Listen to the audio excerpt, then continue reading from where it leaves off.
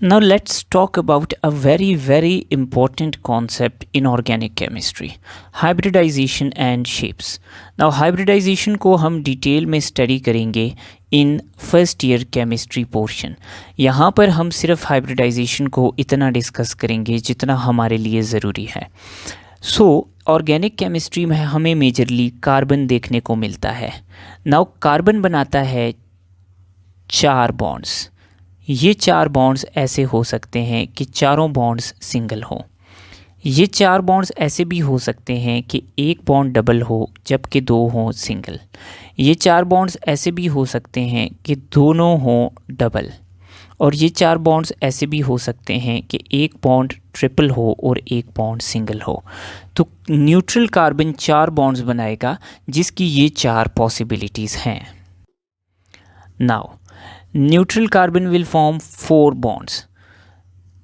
तो अब अगर चारों बॉन्ड्स सिंगल हैं तो हमारे पास कार्बन के चारों ऑर्बिटल्स हाइब्रिडाइजेशन में इन्वॉल्व्ड होंगे। तो जब चारों ऑर्बिटल्स हाइब्रिडाइजेशन में इन्वॉल्व होंगे तो hybridisation will B sp3। Hybridisation sp3 होगी। कार्बन की ज्योमेट्री टेट्राहेड्रल होगी और इसका बॉन्ड एंगल 109.5 के करीब होगा। नाउ अगर कार्बन 3 सिंगल बॉन्ड्स बनाता है लाइक 1 2 एंड इसमें से ये वाला बॉन्ड सिंगल है। सो जब कार्बन 1 डबल 2 सिंगल बॉन्ड्स बनाता है तो टोटल उसमें सिंगल बॉन्ड्स का नंबर 3 होता है। तो उसमें कार्बन के 4 में से 3 ऑर्बिटल्स हाइब्रिडाइज करेंगे। 3 सिंगल बॉन्ड्स के लिए 3 ऑर्बिटल्स हाइब्रिडाइज करेंगे and hybridisation will be sp2। sp2 hybridisation के केस में शेप होगी हमारे पास ट्राइएंगुलर प्लेनर शेप। तो जब शेप ट्राइएंगुलर प्लेनर होगी तो बॉन्ड एंगल 120 डिग्री या उसके करीब होगा। नाउ कार्बन अगर 2 डबल बॉन्ड्स या एक ट्रिपल और एक सिंगल बनाए तो इन दोनों का केस सेम है, क्योंकि इन दोनों केसेस में कार्बन के टोटल सिंगल बॉन्ड्स का नंबर 2 ही है। सो यहाँ पर भी 1 एंड 2 सिंगल बॉन्ड्स मौजूद हैं। तो सिंगल बॉन्ड्स का नंबर 2 है इन केसेस में। तो हमारे पास कार्बन के 4 में से 2 ऑर्बिटल्स हाइब्रिडाइजेशन में इन्वॉल्व होंगे। तो हमारे पास हाइब्रिडाइजेशन होगी sp हाइब्रिडाइजेशन की वजह से शेप होगी हमारे पास लीनियर और bond angle will be near to 180 degree. So this is how you determine hybridization of carbon in organic chemistry. Now यहाँ पर एक और बड़ा इम्पॉर्टेंट क्वेश्चन है कि कार्बन अगर पॉजिटिवली चार्ज्ड हो, जिस तरह के कार्बोकैटायन में कार्बन इज़ पॉजिटिवली चार्ज्ड, तो कार्बोकैटायन में कार्बन की हाइब्रिडाइजेशन क्या होगी?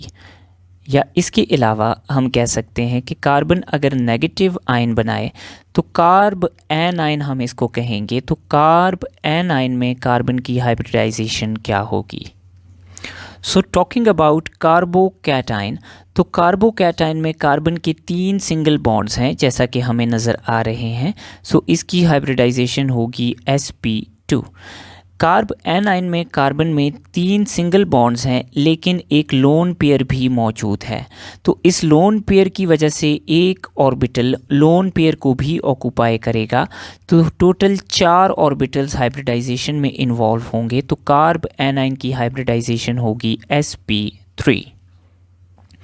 Now third important question is कि हमारे पास कार्बन के रेडिकल्स की क्या हाइब्रिडाइजेशन होगी? सो कीप इन माइंड कि कार्बन के साथ अगर लेस इलेक्ट्रोनेगेटिव एलिमेंट लगा है लाइक कार्बन इटसेल्फ और हाइड्रोजन, तो हमारे पास इन केसेस में कार्बन का जो ये सिंगल अनपेयर्ड इलेक्ट्रॉन है ये अनहाइब्रिडाइज्ड ऑर्बिटल में रहेगा और इस केस में हाइब्रिडाइजेशन विल बी sp2। लेकिन अगर कार्बन के साथ कोई इलेक्ट्रोनेगेटिव एलिमेंट लगा है लाइक हैलोजेंस स्पेसिफिकली, तो हैलोजेंस के आने की वजह से कार्बन का ये जो सिंगल इलेक्ट्रॉन है अनपेयर्ड, ये कार्बन के ज़्यादा करीब आ जाएगा और ये हाइब्रिडाइजेशन के मोड को sp3 की तरफ ले जाएगा। तो इलेक्ट्रोनेगेटिव एलिमेंट्स के साथ कार्बन के रेडिकल की हाइब्रिडाइजेशन है sp3, जबकि न्यूट्रल एटम्स के साथ कार्बन की हाइब्रिडाइजेशन है sp2. So that's all for today's lecture. Thank you so much.